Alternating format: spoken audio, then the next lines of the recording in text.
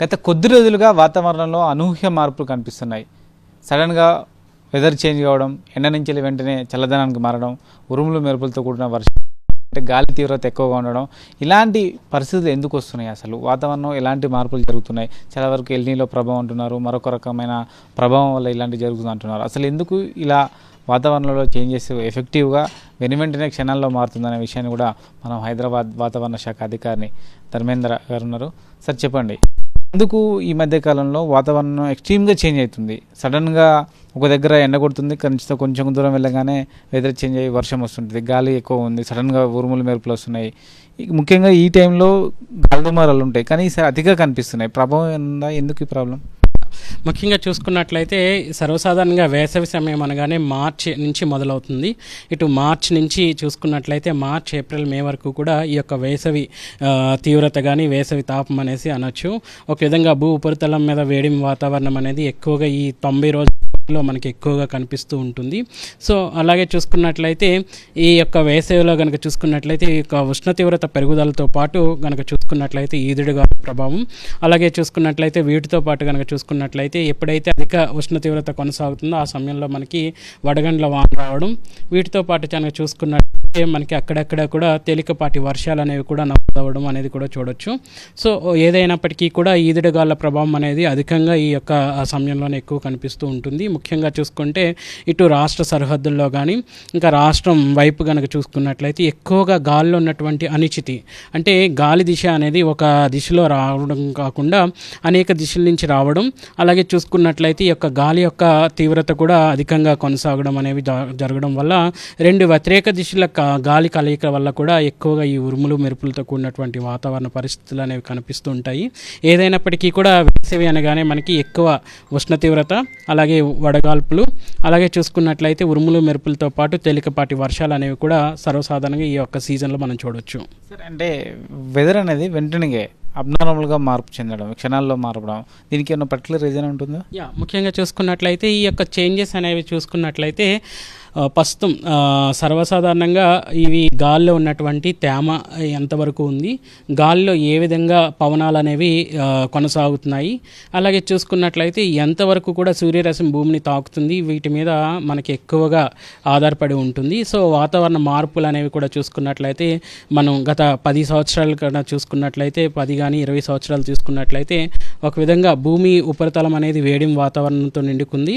గత 30 సంవత్సరాలతో పోలిస్తే ఈ యొక్క ప్రజెంట్ ఇయర్స్లోనే మనకి సుమారు 1 డిగ్రీ వరకు కూడా ఈ యొక్క ఉష్ణ తీవ్రత పెరుగుదల అనేది కూడా కనిపిస్తుంది. అలాగే చూసుకున్నట్లయితే మనం డైలీ వాడేటువంటి ఈ యొక్క ఇంధన ఖర్చు కానీ, వాడేటువంటి వాహనాల నుంచి వేడేటువంటి కాలుష్య లెవెల్స్ కానీ, అలాగే చుట్టుపక్కల పరిసర ప్రాంతాల్లో ఉన్నటువంటి గ్రీనరీనెస్ కానీ, ఇంకా కట్టడాలకు సంబంధించినటువంటి వాడేటువంటి తదితర సంబంధిత మెటీరియల్స్ కూడా మనకి మారుతున్నటువంటి ఈ యొక్క వాతావరణ పరిస్థితులకి దోహదపడతాయని కూడా చెప్పొచ్చు. సరే, గత కొన్నేళ్ళుగా దాదాపు 100 ఇయర్స్లో ఈ వేసవి సమయం కాలం ఏమైనా పెరిగిందా?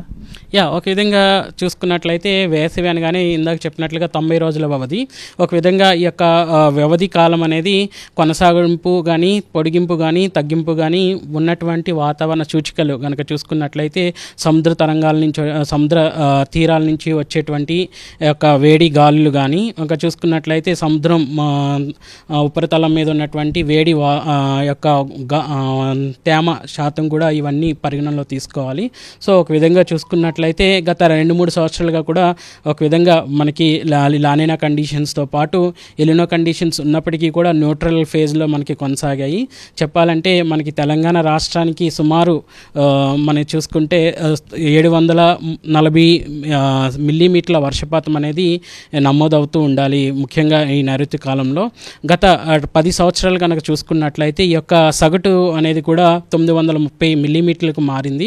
సో ఏదైనప్పటికీ కూడా గత సంవత్సరం కనుక చూసుకున్నట్లయితే వేసవి తాపం అనగానే మనకి 1-2-3 రోజులు మినహాయించి ఎక్కువగా ఎండలు కూడా మనం చూడలేదు.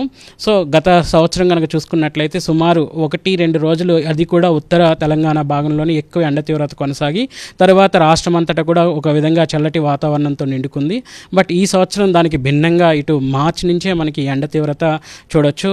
ఎక్కువగా ఉత్తర తెలంగాణ భాగాలతో పాటు ఉమ్మడి మహబూబ్ నగర్ జిల్లాల్లో కూడా కూడా అధికంగా మనకి 40 డిగ్రీల నుంచి 42 డిగ్రీల వరకు మార్చిలో కొనసాగి ఏప్రిల్కి వచ్చేసరికి సుమారు 45 డిగ్రీల వరకు కూడా ఈ యొక్క ఉష్ణ తీవ్రత కొనసాగింది. ఇంకా ఈ మే మొదటి వారానికి వచ్చేసరికి ఈ యొక్క హెచ్చుతగ్గులు ఉష్ణ తీవ్రతలో హెచ్చుతగ్గులు అనేవి స్పష్టంగా కనిపిస్తున్నాయి. గత 4-5 రోజులుగా చూసుకున్నట్లయితే ఆదిలాబాద్లో ఏప్రిల్ చివరి వారంలో ఏవైతే మనకు ఉష్ణ తీవ్రత 45 డిగ్రీల వరకు కొనసాగిందో ఒక విధంగా స్వల్ప తగ్గుదల అనేది కనిపించింది. 43 డిగ్రీల వరకు కూడా ఈ యొక్క ఉష్ణ తీవ్రత అనేది మే మొదటి వారంలో మనం చూడొచ్చు. సో ఏదైనప్పటికీ కూడా ఈ యొక్క హెచ్చు తగ్గులు అనేవి ఇటు అనేకమైనటువంటి వాతావరణ సంక్లిష్ట వాతావరణ పరిస్థితులతో ఆధారపడి ఉంటాయి. వీటిని ఒక విధంగా లాంగ్ రేంజ్ టెలి కనెక్షన్స్ అని కూడా అంటుంటాము. ఒక విధంగా ఇటు చూసుకున్నట్లయితే హిమాలయాలు అనేటువంటి మంచు ఎంతవరకు దట్టంగా ఉంది, అలాగే సముద్రాల మీద ఉన్నటువంటి ఉష్ణ తీవ్రత ఏ విధంగా కొనసాగుతుంది, అలాగే భూమి మీద ఉన్నటువంటి ఉష్ణ తీవ్రత ఏ విధంగా ఉంది, వీటన్నిటిని మనం పరిగణనలో తీసుకుని యొక్క హెచ్చు తగ్గులు అనేవి కూడా మనం విభజించవచ్చు. మామూలుగా ఈ వెదర్ని కొంత కంట్రోల్ చేయడం చల్లదనం కోసం చెట్ల పెంపకాన్ని ప్రభుత్వాలు ప్రోత్సహిస్తుంటే కామన్గా ప్రజలు కూడా అంతే. మనకి ఎంత గ్యాప్ ఉంది సార్ ఈ హెచ్చు తగ్గుల విషయంలో ఫారెస్ట్ కానీ ట్రీలకు, అలాగే హీట్కి సంబంధించి? ఒక విధంగా చూసుకున్నట్లయితే ఒకప్పుడు తెలంగాణలో అధిక ఉష్ణ తీవ్రత అనగానే మనకి రామగుండం మనం ఎక్కువగా మాట్లాడుకుంటూ ఉండేవాళ్ళం. ఎక్కువ కోల్ మైనింగ్ ఏరియా కూడా అక్కడే కొనసాగుతుంది కాబట్టి. బట్ ఒక విధంగా చూసుకున్నట్లయితే అక్కడ ప్రాంతం అంతా కూడా ఒక విధంగా ఎక్కువ జలాశ్రయాలతో నిండుకోవడం చుట్టుపక్కల ప్రాంతాల్లో. అలాగే చూసుకున్నట్లయితే మన రాష్ట్రానికి కనుక చూసుకున్నట్లయితే ఇటు కృష్ణా జలాలతో పాటు గోదావరి జలాలు కూడా ఉత్తర తెలంగాణలో అధికంగా ఉండడం అనేది కూడా చూడొచ్చు.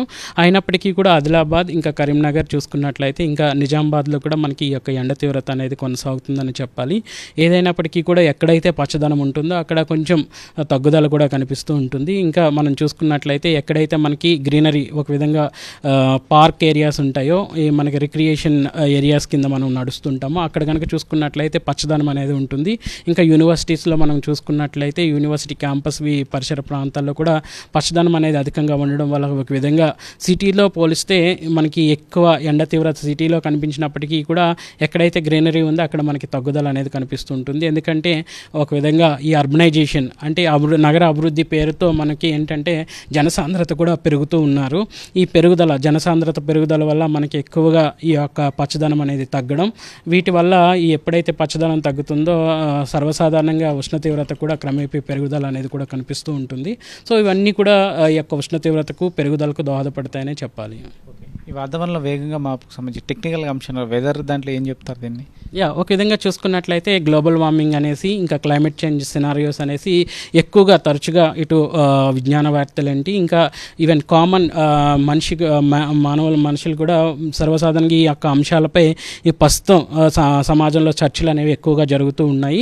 ఒక విధంగా చూసుకున్నట్లయితే ఇవి ఒక సదస్సు కింద కాకుండా ప్రాక్టికల్ అంశంగా మనం అందరం తీసుకుంటూ ఎక్కువ ఈ యొక్క వాతావరణం మీద మనం ఇన్వెస్ట్ చేయడం వల్ల ఒక విధంగా పచ్చదనాన్ని పెంచడం, అలాగే కాలుష్య లెవెల్స్ని తగ్గించడం, అలాగే ఏవైతే కాలుష్య లెవెల్స్ కానీ భూ ఉపరితల వేడిమి వాతావరణాన్ని పెంచడానికి దోహదపడుతున్నాయో వాటన్నిటిని కూడా అదుపు చేయడం వల్ల ఒక విధంగా ఉష్ణ తీవ్రత తగ్గించడంతో పాటు పర్యావరణాన్ని మనం సంరక్షించిన వాళ్ళం అవుతాం.